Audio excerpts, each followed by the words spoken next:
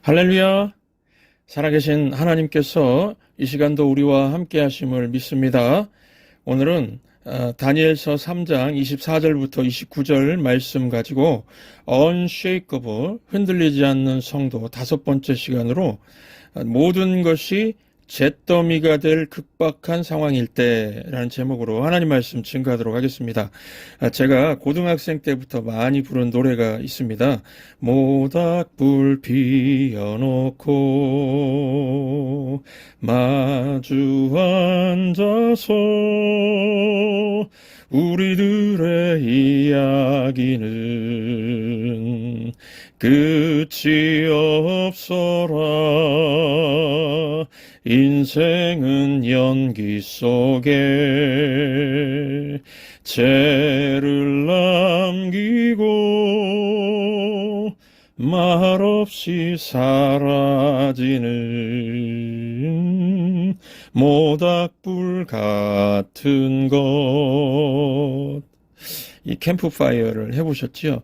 이 캠프파이어를 하고 다음날 보면은 그 잿더미만 모닥불을 다 타가지고 잿더미만 남는 것을 보면서 인생이 이런 것이구나 생각하게 되었습니다. 여러분, 우리 인생의 마지막은 이렇게 끝이 날 것입니다. 하나님이 부르시면 이걸 소천이라고 그러죠. 불을 쏘 하늘천.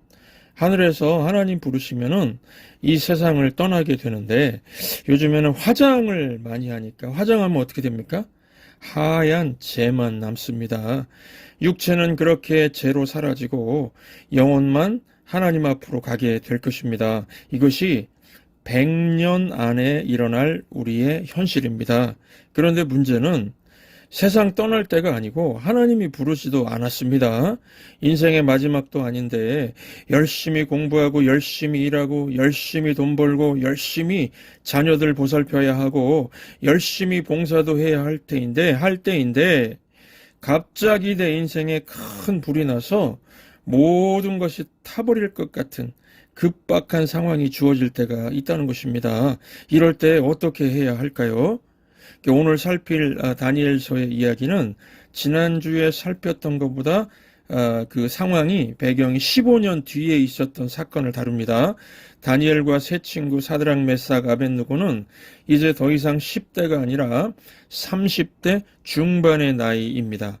그리고 오늘 본문 보시면 다니엘의 세 친구들을 중심으로 펼쳐지는 이야기 사건인데요. 이 세 친구들에게 큰 위기가 찾아온 것을 볼 수가 있습니다.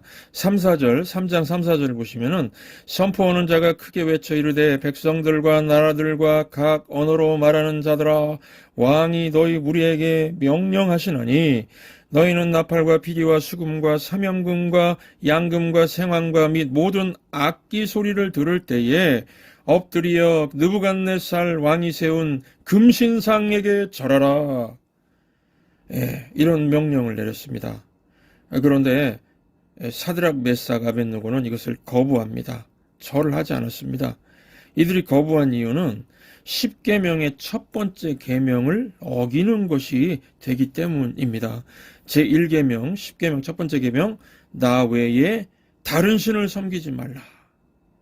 여러분, 내가 하나님 외에 다른 것을 첫 자리에 두는 게 있으면은 10계명의 제1계명을 어기는 것입니다. 내 삶의 첫 자리에 있는 것은 무엇이든 내 우상입니다. 비즈니스가 첫 자리면 비즈니스가 우상이고, 배우자가 첫 자리면 배우자가 우상이고, 남자친구가 첫 자리면은 남자친구가 우상이고요. 돈 버는 거, 노는 거, 이런 것들이 첫 자리를 차지하면 이것들이 우상입니다.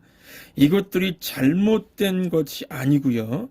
내 삶의 첫 자리를 차지하면 안 된다는 것입니다. 우리가 돈 벌려고 태어났나요? 아니면 우리가 평생 일하려고 태어났나요? 아니면 실컷 놀려고 태어났나요? 이런 것들은 내 첫 번째가 될 수가 없습니다. 나의 첫 번째는 나를 이 땅에 보내신 하나님이 내게 준 사명을 이루고 하나님 계신 하늘나라로 돌아가겠다 하는 것이 내 삶의 첫 자리를 차지할 가치가 있는 거 아닙니까? 그 천상병 시인의 귀천이라는 시를 보면은 이런 귀절이 있습니다. 나 하늘로 돌아가리라. 아름다운 이 세상 소풍 끝내는 날 가서 아름다웠다라고 말하리라. 이런 멋진 구절이 있습니다. 우리가 하늘나라에 가서 하나님 앞에 섰을 때 너는 저 세상에서 무엇을 하다 왔느냐 물으실 때에 무엇이라고 대답하시겠습니까? 예, 돈 벌다가 왔습니다. 죽도록 일하다가 왔습니다. 실컷 놀다가 왔습니다. 여러분, 이게 좋은 대답이 될 수 있을까요? 하나님 앞에서는 헛된 대답이죠. 그래서 돈 벌고 일하는 거 중요합니다. 이거 중요하지만은 돈 벌고 일하다가 너무 고되고 피곤해서 하나님께 예배도 못 드릴 정도가 된다면 우선순위, 첫 자리죠. 우선순위가 잘못되어 있는 것입니다. 사드락, 메삭, 아벳느고 보십시오. 아무리 왕이라도 하나님을 대신할 수 없다고 하면서 거부합니다.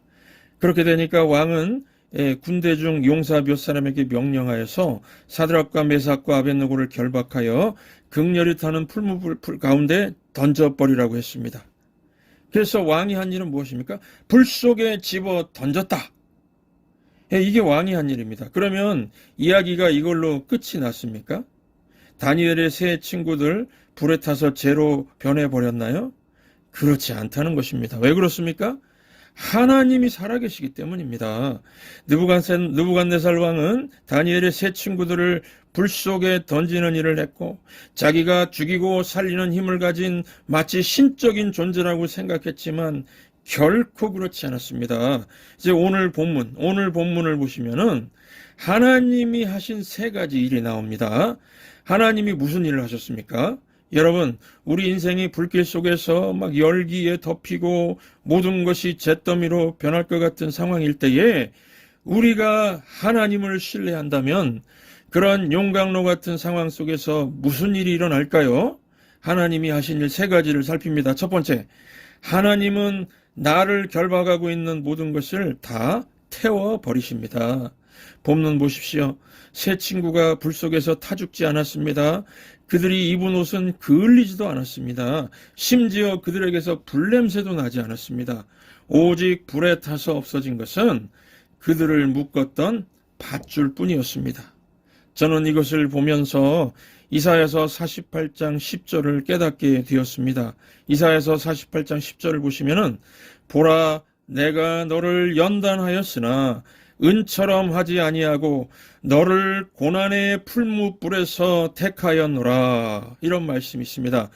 저는 목사가 되어서도요, 왜 하나님께서 사랑하는 자기 백성들에게 고난의 풀무불에 집어넣고서 고통의 시간을 주는가 답답해할 때가 있었습니다. 그런데 오늘 본문을 통해서 왜 우리를 고통의 용광로에 집어넣는지를 알게 되었습니다. 바로 연단이 필요하기 때문에 그렇다는 것입니다. 하나님께서는 우리의 더 나은 삶을 위해서 때때로 불 가운데로 이끌어 가신다는 것입니다. 타서 없어져야 할 것들, 우리를 묶고 있는 것들을 제거하기 위해서 필요하다는 것입니다. 그러면 우리를 묶고 있는 타서 없어져야 할 것들이 무엇입니까? 의심과 두려움, 하나님에 대한 불신, 이런 것들이 우리를 꽉 묶어서 미래를 향해서 나가지 못하게 합니다. 그렇지요? 그래서 하나님이 우리를 불 속을 통과하게 해서 우리를 연단시킨다는 것입니다. 불 속에서 우리의 성품이 연단되고 성숙되게 하신다는 것입니다. 불 연단 이전에는 하나님을 신뢰하지 못하고 의심투성이었는데 불 연단 후에는 하나님을 신뢰하고 믿음의 확신으로 가득 차게 된다는 것입니다.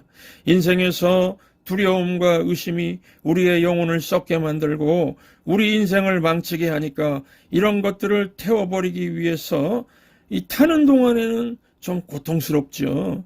그렇지만 반드시 없애야 할 것들이니까 고통의 풀무불, 그 불 용광로에 들어갔다가 나오는 것이 좋다는 것입니다.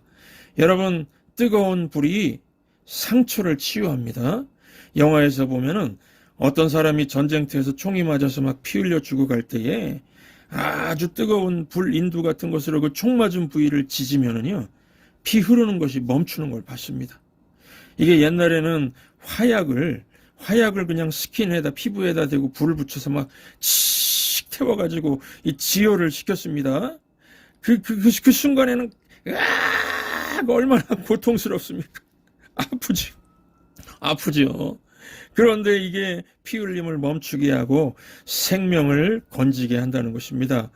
여러분들 중에 혹시 왜 나에게 이런 고통이 있는 거지 의심하고 두려워하고 계시다면 오늘 말씀을 붙드시기 바랍니다. 연단입니다.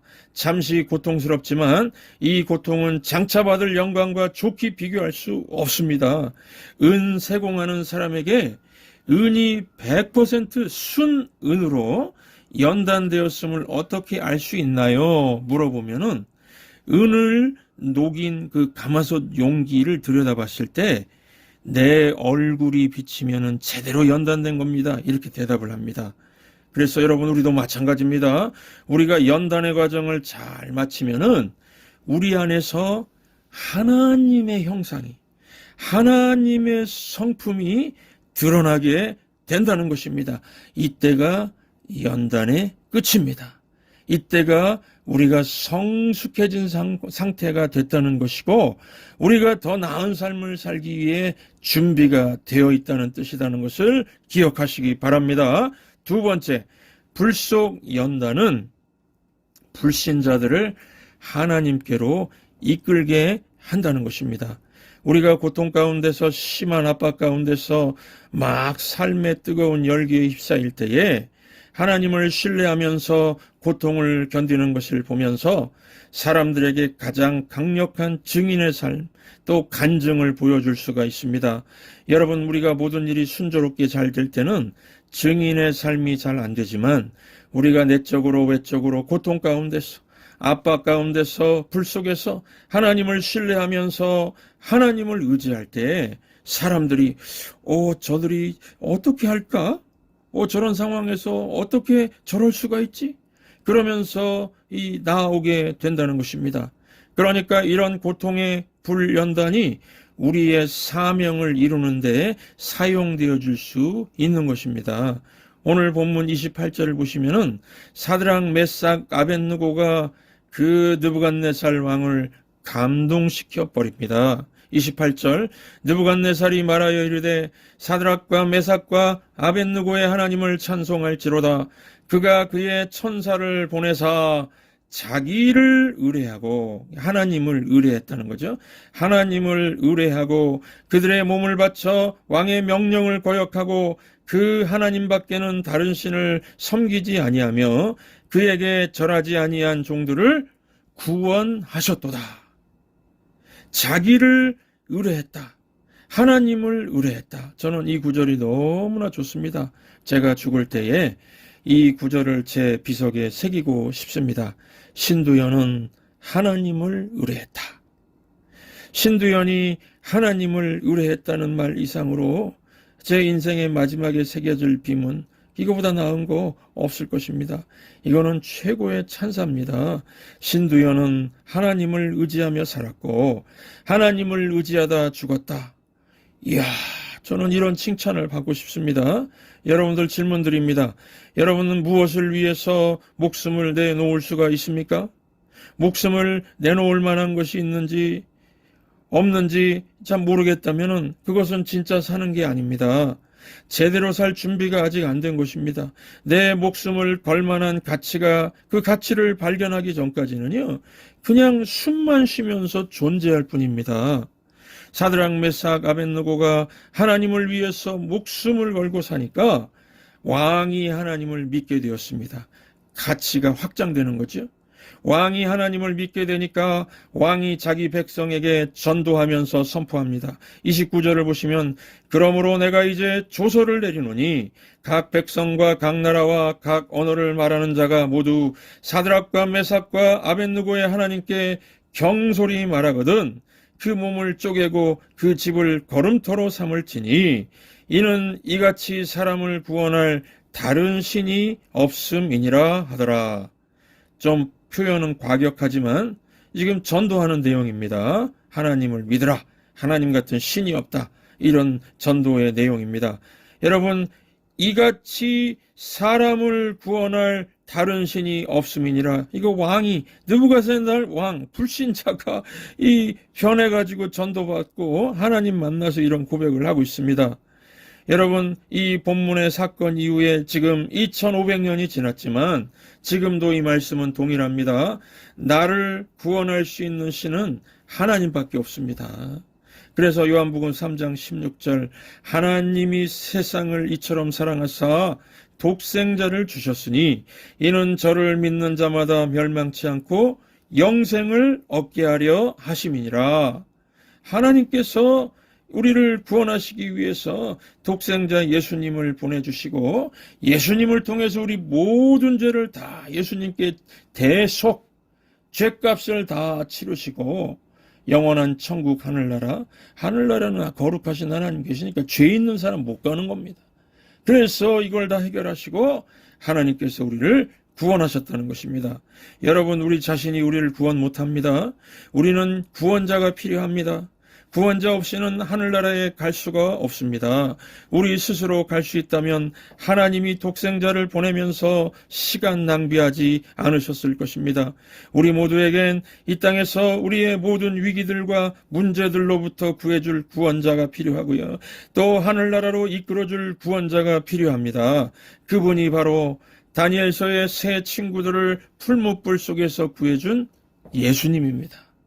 그분이 바로 2000년 전에 이 땅에 오셔서 우리 죄를 담당하시고 십자가를 지시면서 우리가 받을 지옥 형벌을 대신 받으신 우리 구원자 예수님이십니다. 그러므로 기억하시기 바랍니다.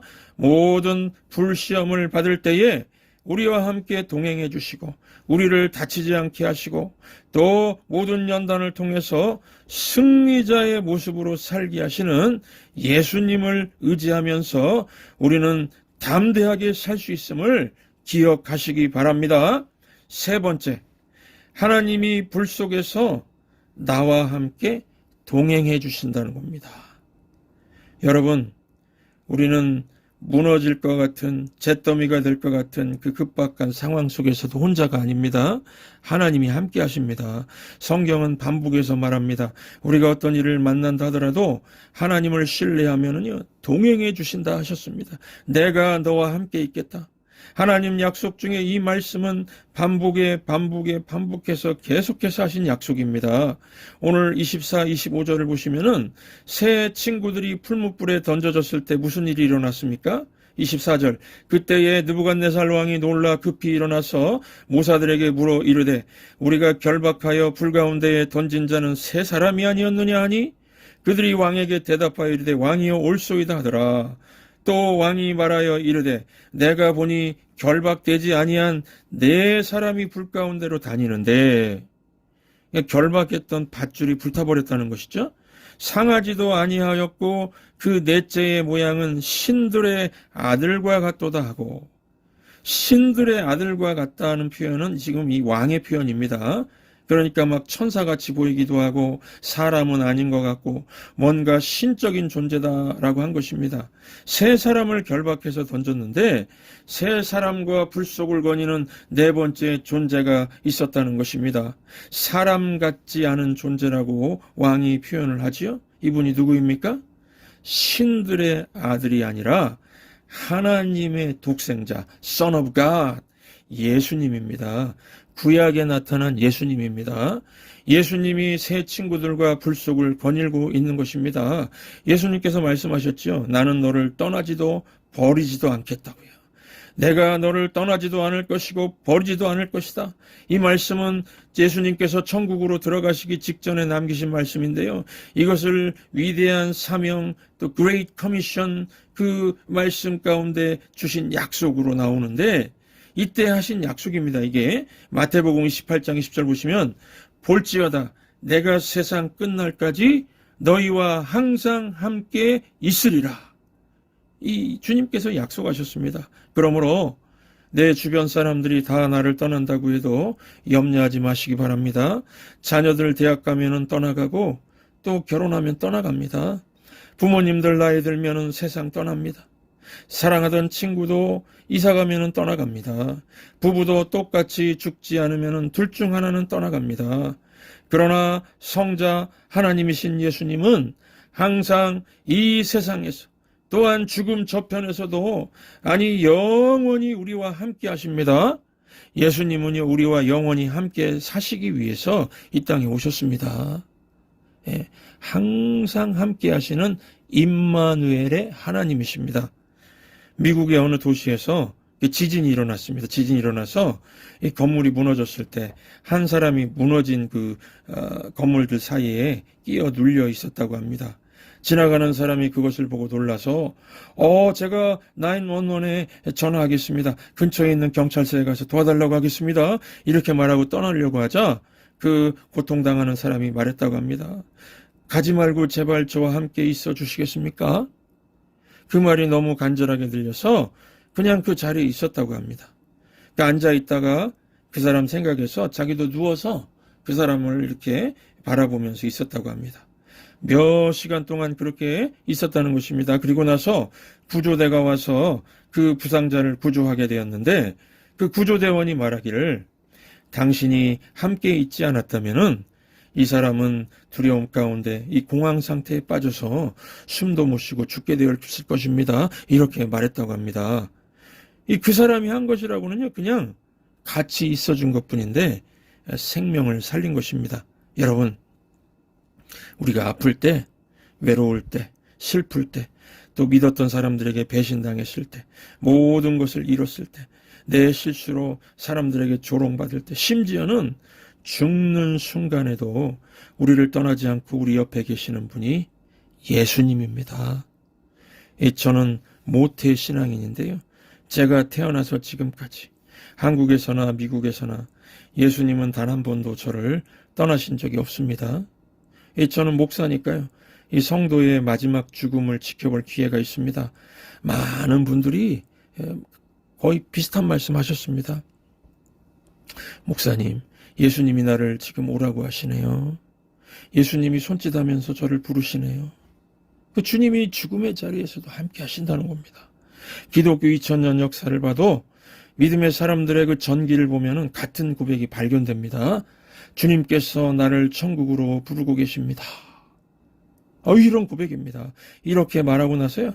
그날 밤에 소천했든지 아니면은 그 다음 날에 소천한 일들이 기록되어 있습니다. 여러분들 기억하시기 바랍니다. 죽음의 순간에도 함께 하시는 분은요. 오직 예수님 뿐입니다. 여러분, 우리는 항상 우리 인생 가운데 문제들에 부딪히게 되어 있습니다. 앞으로 수일 후에, 수년 후에 어떤 불속을 지나야 될지 모릅니다. 그렇다고 걱정할 거 없습니다. 우리에게는 구원자가 있습니다. 나를 사랑하사 나를 위하여 십자가를 지신 예수님이 나와 함께 계십니다. 온 천지가 변한다고 그래도요. 날 버리지 않고 지켜주실 예수님이 계십니다. 오늘 이 말씀 꼭 기억하면서 모든 상황이 잿더미로 변할 것 같은, 불타 사라져버릴 것 같은 급박한 상황일 때에 꼭 기억하시기 바랍니다. 예수님께서 우리와 함께 하십니다. 또 그런 상황 속에서 살아계신 하나님을 증거할 수 있는 기회를 주십니다. 그 기회를 통해서 안 믿는 가족, 친척, 이웃들을 구원할 수가 있습니다. 또한 우리의 모든 연약한 거, 우리를 묶고 있는 그 결박한 거, 그 안 좋은 것들만 태워버리십니다. 그러므로 당황하지 마시고, 놀라지 마시고, 염려하지 마시고, 하나님을 신뢰하면서 예배하면서 믿음의 인생 사시기를 주의 이름으로 축원합니다.